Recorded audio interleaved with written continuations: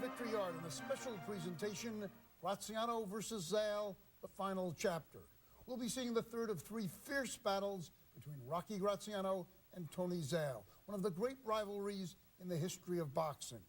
Joining us to help recall and analyze the final fight between Graziano and Zale is boxing writer and historian Bert Sugar. Bert, as compelling as these guys were in the ring, they were very different outside the ring, weren't they? They almost, particularly Tony Zale, was totally different than what you would have seen. He was a sweet, wonderful, quiet man. Basically, he carried the name Man of Steel very well, thank you indeed. No one accused Rocky Graziano of being quiet. Oh no, Rocky Graziano, besides wearing the map of New York on his face, described himself as a bad boy. He had, after the second fight, when he pulled down the microphone after winning the title in the 6th round and said, "Ma, your bad boy done it. Somebody up there likes me." He was basically the prototypical dead-end kid. Had in fact said of himself, "I never stole anything that didn't begin with an A." A radio, a car, a train. He was raised in Mulberry Bend here in New York and was basically a bad penny. Well, he had been in the Army before he was a fighter, and he told me once, he said, I volunteered for the Army. He says, I forcibly volunteered. They told me either you go into the Army or you go to Rikers Island. So I went into the Army. And he fought his way out of the Army, literally, by creaming an officer who had told him to do KP. Exactly. Then went over the hill, AWL. And all of that added up in December of 1946 to the fact that he had been suspended by the New York State Athletic Commission for failing to tell them or report a bribe attempt in his fight against Cowboy Shank, so that he couldn't fight in New York. Second fight is in Chicago after the first was in Yankee Stadium. Third comes back to Rupert Stadium in Newark, as close as they could get it. Still not New York. And Tony Zale was a lot tougher than the officer that Rocky had decked in the Army. Tony Zale had the second greatest body punch in the history of boxing behind Billy Patrol. This man could take you apart, as he had in the first fight with Rocky. When Rocky was ahead, he hit him, as Rocky said, so hard it clogged my ears. Or maybe it sounded like, so hard it clogged my ears. Something to that effect. You obviously are a student of boxing. Let's turn now to another student of boxing, Rocky Graziano himself. Here's how he describes the first two battles with Tony Zale. My first fight, I thought I was a wise guy. I wasn't training that well. I thought that I had a right hand, I could knock anybody out. I didn't know how tough he was. And finally, gave me a couple of good shots in the stomach, and I went down. I tried, I trained, I done everything right. I was very mad at the guy. I was mad at everybody. I just wanted to win that title, and I finally got that one good punch in. And I knocked him on the 6th round, and I won the fight, and it was a tough fight. Bert, those first two fights between Graziano and Zale, each one won. How good were those fights? One writer, Dick, said the first two fights looked as if they were benefits from Murder Incorporated. They were always one punch away from being turned completely on their back. By that I mean, first fight, Graziano's down in the first round. Zale is down in the second. Second fight, Zale is knocked down in the 6th, but he's already knocked down Graziano in the 3rd and closed his eye in the 1st. So everything had a flip-flop effect. Every punch was one punch away from changing it. Now, I mean, these guys obviously were great offensive machines. Did they ignore defense, or did they just ignore fear? Well, Rocky really, when he fought, the defense rested. He just stood there and took everything in the belief he could always get that right hand home, which was a dynamite right. He used his left basically as a radar finder, just to find a man. Zale really was trying different things, not to block the shot so much as to come in with his left hook to the body or right to the body, left hook to the head. So it wasn't as if he was not defense-minded, but against Rocky, it didn't matter. What did Rocky have? Did he have a tremendously high threshold of pain, or did he like getting hit? I think that Rocky Graziano just believed if he swapped 1 for 1, even 10 for 1, he would win, as he had. He lost 9 out of 9 rounds, maybe 12 out of 9 rounds to Charlie Fusari, took him out in the 10th the first time he hit him. He always believed, let me hit the man, I got him. Doesn't matter how many times he hits me. I am so glad that in all the time I spent with him, he never hit me. When we return, we'll see the third and deciding bout between Rocky Graziano and Tony Zale. You're watching Graziano versus Zale, the final chapter on ESPN Classic Sports. We now return to Graziano versus Zale, the final chapter on ESPN Classic Sports. Now, as promised, here's Graziano Zale 3, June 10th, 1948, in Newark, New Jersey. After the first round ends, we'll hear from Graziano and Zale, along with announcer Don Dunphy, as they talk with Kurt Gowdy on the historic show, The Way It Was. From Gary, Indiana, wearing purple trunks, the outstanding challenger for the middleweight title, Tony Zale.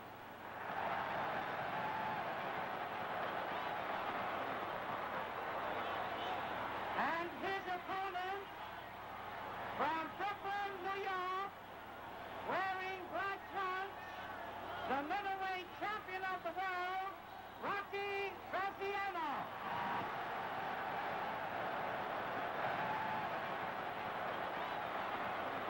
Attention, please. The weights. Zale, 158 3/4 pounds.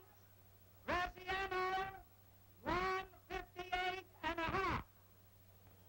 Ladies and gentlemen, the ring officials assigned for this contest by the New Jersey State Athletic Commission.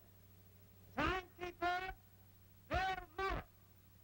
Counting for the knockdowns at the bell, Nat Fleischer. Referee, Paul Cavalier. Main event, 15 rounds for the middleweight championship of the world. 2 other bouts to follow. The third meeting between these two great champions.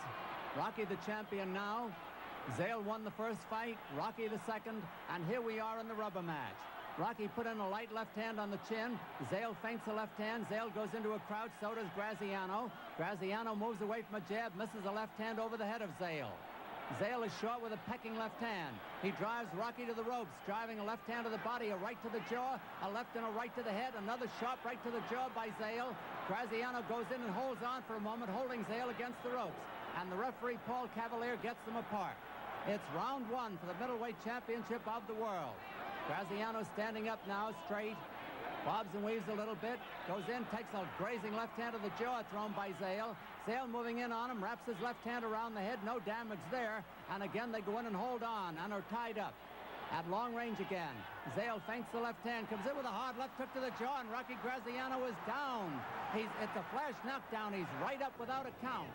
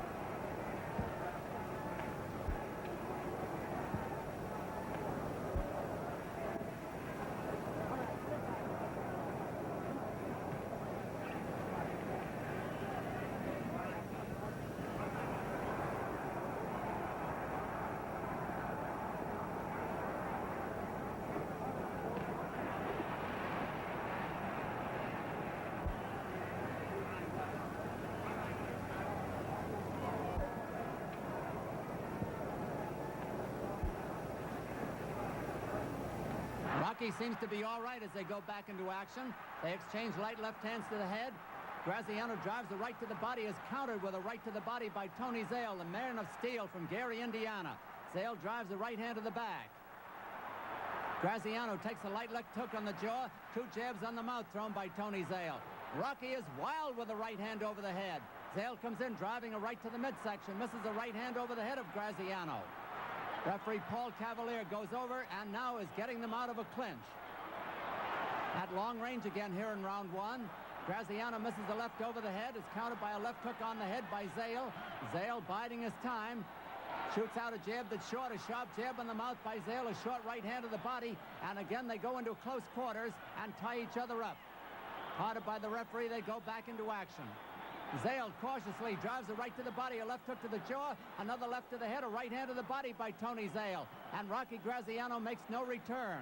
He was down earlier in the round. Graziano takes the light left hook on the jaw, goes in, and they tie each other up in another clinch. The referee having a bit of trouble getting them apart this time. Now at long range again. Graziano shoots out a jab that's short, so does Zale. That's also short. Zale drives a left hook to the head. A connecting left by Tony Zale. He gets under a left by Rocky Graziano, who seems to be off his game at the moment. Graziano feints the left hand, drives the left hook to the jaw of Zale. Zale shoots out a left that's short, takes the left hook on the mouth, drives Graziano back with a left hook on the jaw. Graziano biding his time now, feints the left hand, takes the right to the body, a left hand to the head, and then puts his own left hook to the jaw of Zale as they go in close again. At long range, Graziano out of a crouch misses a sweeping right uppercut, then misses a left hand. He's short with the left. Zale puts a light left on the jaw, a hard jab on the mouth by Tony Zale. A right that goes to the back, a left hook that hurts Graziano. A right hand to the body, another left hook to the jaw, and Graziano is hurt again and against the ropes. He takes the left and the right to the head, and the bell rings, and nobody hears it. You're watching Graziano versus Zale, the final chapter on ESPN Classic Sports. A right hand to the body, another left hook to the jaw, and Graziano is hurt again and against the ropes. He takes the left and the right to the head, and the bell rings, and nobody hears it. Rocky, what was your personal feeling toward Tony? Then I want to get Tony's personal feeling toward you. Well, actually, when I first met him, the whole Tree series, I hated the bum. I really wanted to kill this guy. Seems like a nice, quiet man. Why would you want to do that? Now he's a nice, quiet man, but he wasn't a quiet man when he was in the ring. He was a little dangerous, but he was one heck of a great fighter. He boxed guys before me. He fought great champions, Billy Conn and Al Ostock and all those kind of guys. He was a great fighter. This man is a great fighter, Don. Tony, what was your feeling toward Rocky? Well, I'll tell you, when I was in the Navy in Puerto Rico during the war, I'd heard about some guy boxing in New York, Rocky Graziano, knocking guys out, you know. And some of the boys say, hey, one day you'll probably fight him. I said, oh, I don't think so. You mean I'll be around when I come back. So, nevertheless, I remember the name. And I come out of service, of course, and began working for a comeback, and matches were made between myself and Graziano. So, I heard about him before. I heard about his activity, his punching, his power, and so forth. And I thought, well, I've got more experience than he has. I'm more saner, I think. And because of it, I'm ahead of him. Should be ahead of him. Of course, we fought until 46. If you remember that fight, I had him on the floor the first round. He had me on the floor the second round. And third, fourth, fifth round, he hit with right hands, you know. Tony, I remember that first fight very well, having broadcast it. And tell me if I'm wrong. You knocked him out in the 6th round with a solar plexus right, and then a left hook to the jaw, a 1-2, right? But it was always my impression that at the end of the fight, Rocky was in better shape than you were. Truthfully, he was. I remember Art Winston. They had to hold you up at the ropes. I was more on the receiving end than he was at that time during the fight. Well, I was the truth. In that fight, you're so right. I was doing a hell of a good job with that fight, and I was, you know, because he was getting a little tired or something. I hit him a couple of good shots around the head and stomach, and it was a hell of a fight. I was really banging away at him. I thought I said, I'm gonna kill this guy. I'm gonna flatten him, and all of a sudden, he gave me a Jewish uppercut right in the stomach. Why'd you do that for? Why'd you do that to me for? Rocky, as I remember, the count, we're going at it again. Don't do that, Tony. Couldn't let you keep pushing me around. You pushed me enough. We're going to go back on an instant replay here, and we'd like to have you follow along with us. This is the knockdown, and hear your comments. And here it is coming up now. What do you remember? What was the way it was? Well, I remember it quite well. I hit him with a left hook, and he went down. It's much the same as the first fight. I had him on canvas the first round. Here it comes. Also. So it's very, very similar to the first fight where I had him on the floor the first round also. Right? There it is. Ooh, right there. Right there. And down he goes. Did you think you had him there? Did you think you really hurt him? I thought I did, yes. Well, he hit me a good left hook on the chin. What did the corners tell you at the end of round one? Do you remember what they told you over in round one? Well, I was still in the corner. Yeah, in the corner. Did they say anything to you? Nothing too much. They didn't have to. I had pretty good ideas of what was what, and they just told me keep cool. That's all. What did they tell you? Well, at the corner, Whitey Bimstein was in my corner. You know, Whitey was a hell of a nice guy, and Whitey Bimstein was a great trainer. He told me, Rocky, stay away from this guy. Jab him a little bit, jab a little bit, until you get the right hand and you bang him. But jab him, stay away from this guy. Make him get tired, you know? He said he's kind of an old guy. He's an old guy. He's hurting me. An old guy. He's killing me. An old guy is knocking my brains out.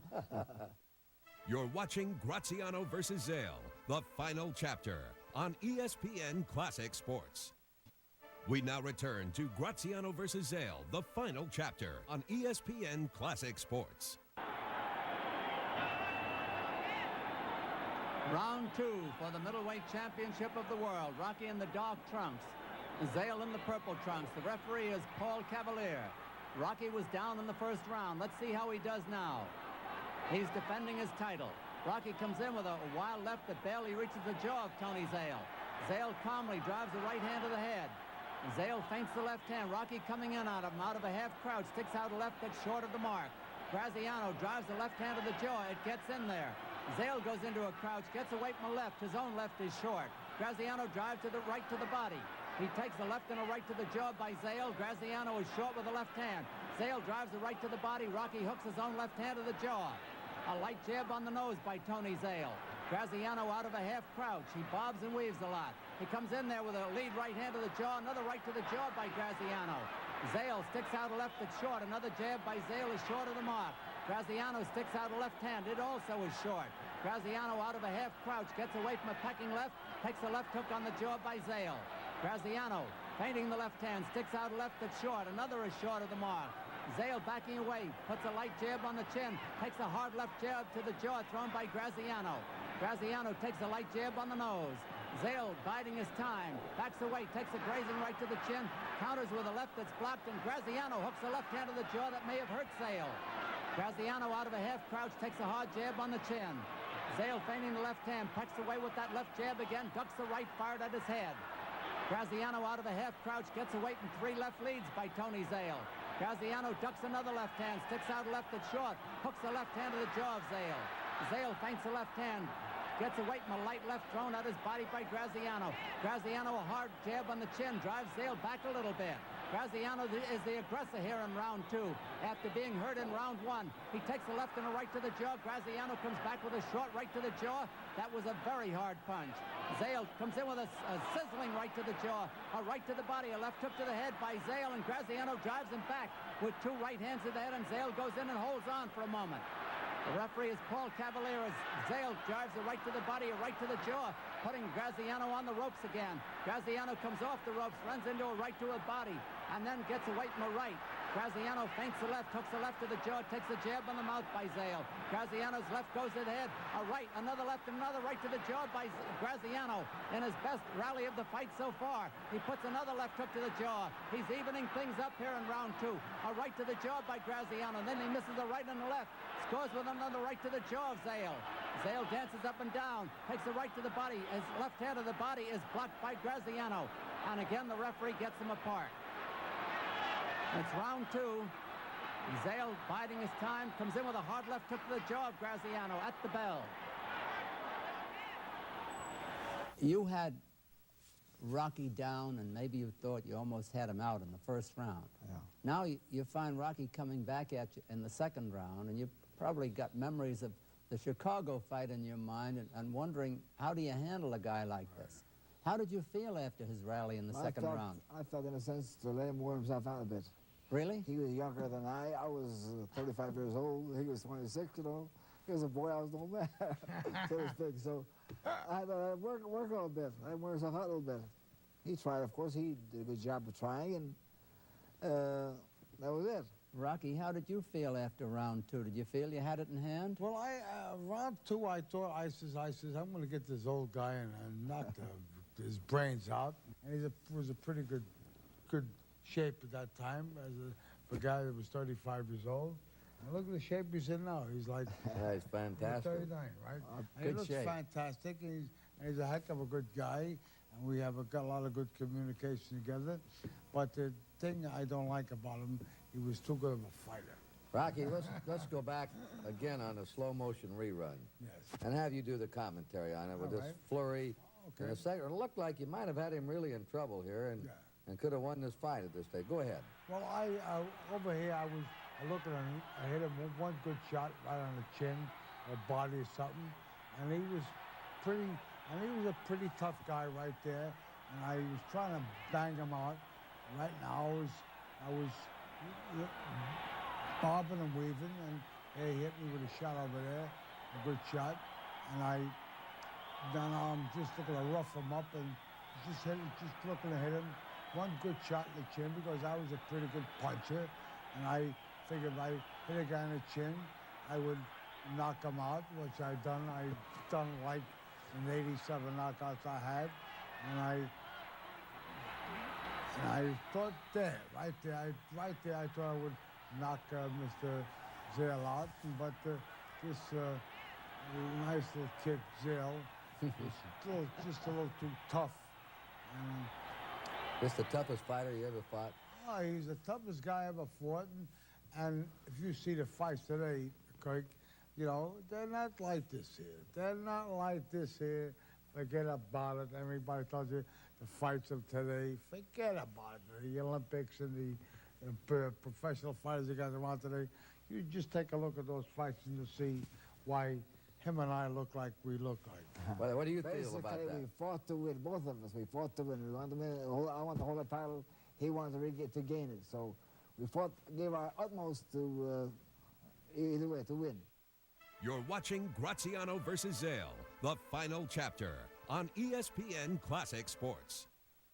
Return to Graziano versus Zale, the final chapter on ESPN Classic Sports. We've seen two tremendous rounds of fight in this third match between these two great middleweight champs.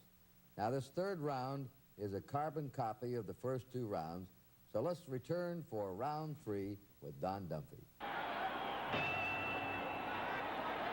Round 3 of a sensational fight, a replica of their two previous fights. Graziano, a hard right hand to the body of Zale.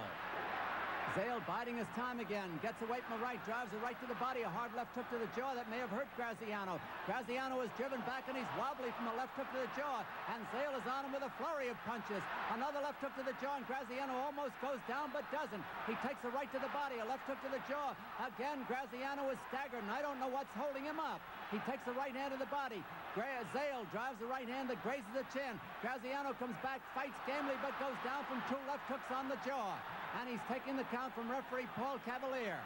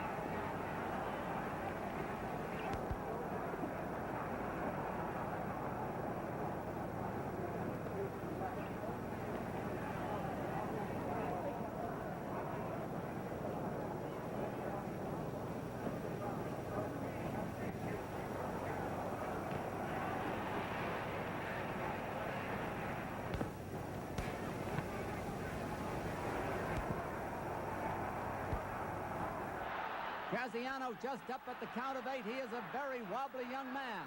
Zale coming after him again, trying for knockout. Drives a right to the body, a right and a left to the jaw. A left hook to the jaw, right uppercut on the mouth by Zale. A right to the body, a left hook to the jaw by Zale again. And Graziano is prone on the canvas. And the count is 5, 6, 7, 8. He's not going to make it. 9, 10. He is knocked out.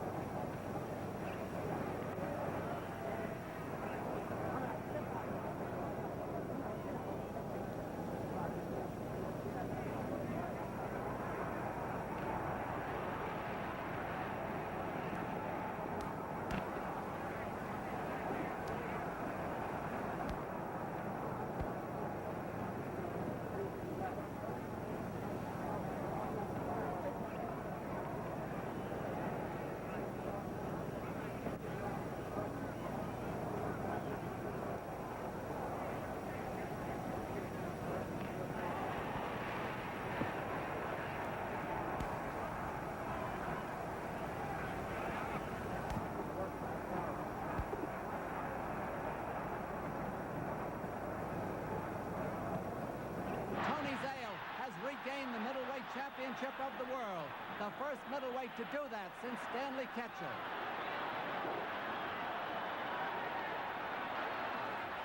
Boy, I could feel those punches years later, Rocky. I bet you can, too. Oh, boy, I'm just... why'd you do that to me? Rocky, were you hurt from that knockdown? You seem to be out pretty cold. Yeah, after that fight, I went to a hospital. I had a concussion. Yeah, your head hit the canvas Yeah, when I you had went a down. concussion. I didn't hit you that hard. No, although you hit me, I went to the hospital in Chicago, and and I had a concussion in the head. You know? That's why I'm so When you got up on the 7 count, you came right out swinging again. Did you think if you had it to do over again, you'd do that? Wouldn't you run a little bit and hide and something like that? I wanted to, Kirk, I would really, honestly and truly, fight the same way I done. You know, it's the only way I could fight. I was a street fighter, and I would fight the same way, and I would think he would do the same thing. You know, we were guys just walked in, and he would like to take me out. I would like to take him out. Fortunately, Either he or I, one or the other. And the idea was to very- to be he. Very cool performer when he had you in trouble. He really measured you, didn't he, Don? Yeah, I thought you mixed those punches up pretty well, Tony. You didn't go wild to the head. You threw some good shots to the I was body. pretty sane. Yeah. Pretty close that way. All right, let's go back on an instant replay in slow motion and take a look at the KO. I'd like to get your comments. Both of you come in now. We're reliving history here in the way it was. This is New Jersey, 48, and the dramatic wind-up of this middleweight title fight. Let's go, Rocky. all right. I was looking to bang him out, and of course I see he was in pretty good shape then. Ooh. I got hurt right there. Right there, I got real hurt, and that was. But I looked to fight back, you know, like I told you, we were trying to bang each other out, and I never wanted to stop. But I was in fairly decent shape there. They hit me a couple of good bangs over there that you don't see around. Seems to be that left hook, Tony, you're doing the damage. Yeah, and you know, as an Italian, I should have done something different. I should have a gun in the ring with me. Tony, But I noticed you don't waste many punches. I was determined I had to get him out of the way because let's take chances. I took a chance before and it didn't work out to my advantage, so I had to make sure he didn't get it. I never should have done that there. I was seeing Who is that? No, that I was so dazed over there. You mean you shouldn't have gotten over up? there. No, but I put him up on the ropes and I was out. Looks like to me they should have ended the fight there. The referee I thought that was a brave referee, didn't you, I Tony? think that referee should have stopped the fight. I think he should have stopped it. But take a look at that. Look at a nice look at Italian kid like that. Nice guy like that. What are you hitting a guy like that for? Anyway, but we tried, Tony. We fought to win. We gave the people what they wanted to see. And look at that. Oh my God. So that's why I got a concussion right over there. Is that right? I went to Chicago Hospital. Tony, you were 34 years old. You were a 2.5 to 1 underdog. 35. 35 years old. Is this the greatest thrill you got out of boxing? I was this fight? 35, May 29th. We fought June 9th, the following month. This your greatest thrill in boxing, this fight? Yeah. This your best thrill? It was because of the fact that we were able to gain a title, which had never been done for many years before. So it was quite a distinction in that regard. I felt that I achieved something worthwhile all the more because I regained my title, also being the second one in history to do that. Everybody's demanding the 4th fight, Don. They didn't fight. What happened? I don't think Rocky demanded a 4th fight, did you, Rocky? I don't want to fight him. You're watching Graziano versus Zale, the final chapter on ESPN Classic Sports. We now return to Graziano versus Zale, the final chapter on ESPN Classic Sports. Zale's knockout of Rocky Graziano in their 3rd fight gave the middleweight title back to the man of steel. Now let's rejoin the way it was as Don Dunphy has an excellent matchmaking proposal for Graziano. Rocky, I want to ask one question. You fought Zale and you fought Ray Robinson. Right. What would happen if Zale at his best fought Robinson I at his don't know best? why he didn't fight Robinson, because this here guy could have licked Robinson because You think so? he was a good body puncher, tough guy, and I think that That would have been a great Tony, fight. I think it would have been a great fight. In my opinion, I fought Robinson, and I fought Tony. In my opinion, I think that Tony Zale would have liked him. What if Tony Zale had squared off with Sugar Ray Robinson? It almost happened. The actor-comedian Jerry Lewis, a huge boxing fan who once appeared on the vintage television program The Main Event with Rocky Marciano, had a hand in trying to arrange a Zale-Robinson middleweight bout. Let's hear the story from Tony Zale. What about you, Tony? Do you think you could have beat Ray Robinson? In 1949, or 1952, I think. I had, you see, when I fought, I had a very bad right elbow. It was gone. He didn't know it. It's a good thing he didn't know it. No, just The elbow was gone. Why you tell me? I should have told you after. Anyway, it was gone. I had the arm operated on in 49. I got service. I got to quit boxing. I had 5 bones split out in the elbow. I had terrific pain. The doctor told me if I waited longer, I may have lost the arm. So I had the operation and everything else. In 52, I was in good shape. Training and everything else, working with the boys, and coaching and all. And Jerry Lewis, the movie star, came to Chicago, called me up. We had a talk. He asked me, Tony, would you fight Ray Robinson? I said, gladly. I had always wanted to fight him before in the first place. He said, okay, that's all I want to know. So they called Robinson and they offered him $300,000. He told me, no go. And back then, I had a boy boxing on Robinson's card in Omaha, Nebraska. This boy, I don't remember, he lost the fight or won the fight, but anyway, I was passing by Ray Robinson in his outfit, and he said, hey, Tony. I said, yeah, Ray. He says, you know, they always wanted me to fight you. They offered me a lot of money. I want no party, I knew better, he said. That's I nice. would have made $500,000. That was a great I Quite a would have made compliment. $500,000.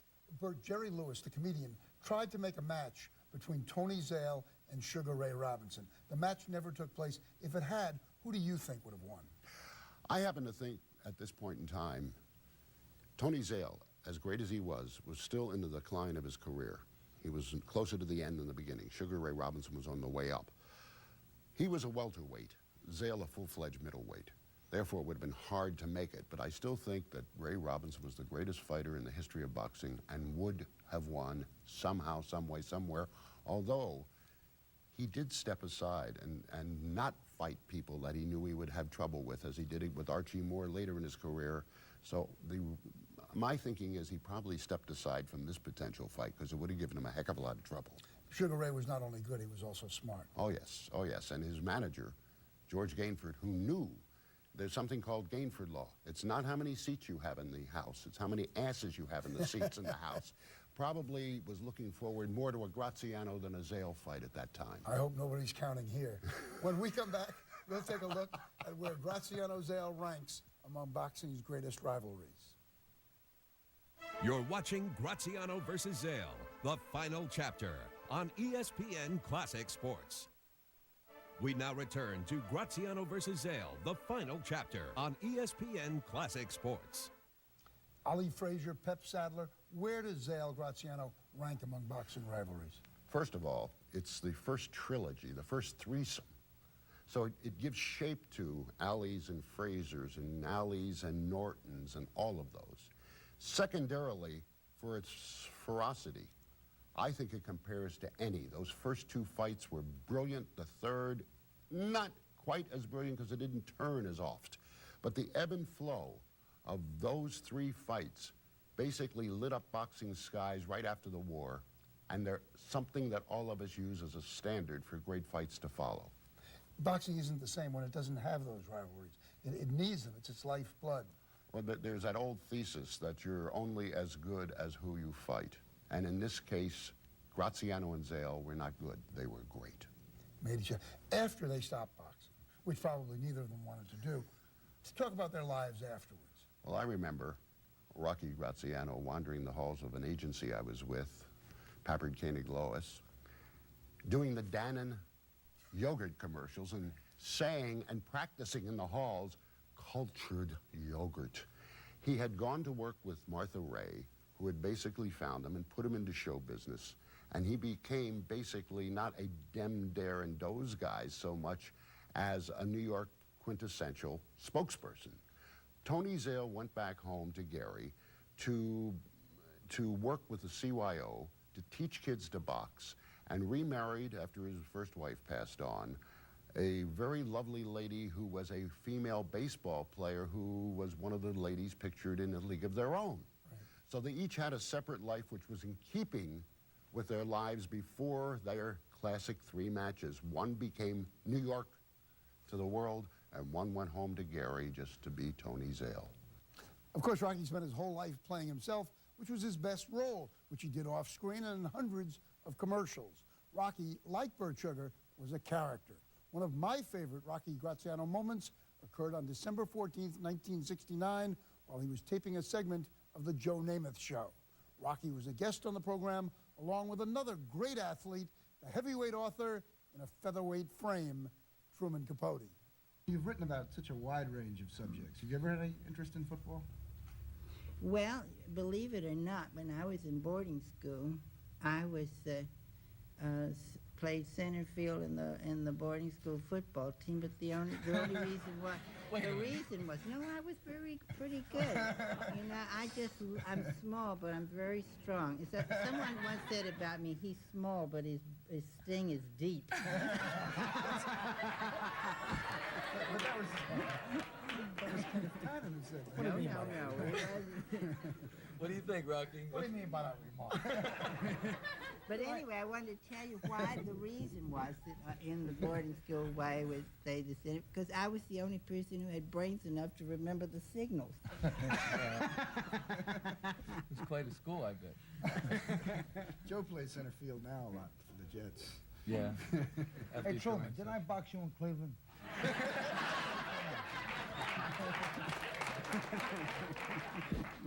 Truman, you'll do a heck of a great job doing commercials. Because me and you, nobody will understand this. I don't think Rocky quite went for that whole story about you and Humphrey arm wrestling. Why don't you just have a little arm wrestling contest here? No, I'm going to. I told you he was afraid. I've passed those days. I really, No. I think Mr. Capote just doesn't want to make a fighter look bad. You know, I mean, you have this whole image, you know, about being tough, and he just doesn't want to put I'm you not down, tough. right? I'm just a nah. I want to just arm wrestle just once. Come on, Truman. I'm not going to. If a guy wrote such great book in Cold Blood and all those killers, you could take my arm apart. I don't believe in doing things physical on television. I confess that I was responsible for arranging the guests on the Joe Namath Show back in 1969. The Graziano-Capote matchup was probably my best card. Thanks to Burt Sugar for joining me to salute the Graziano-Zale grand finale. ESPN Classic Sports will return with more in a moment.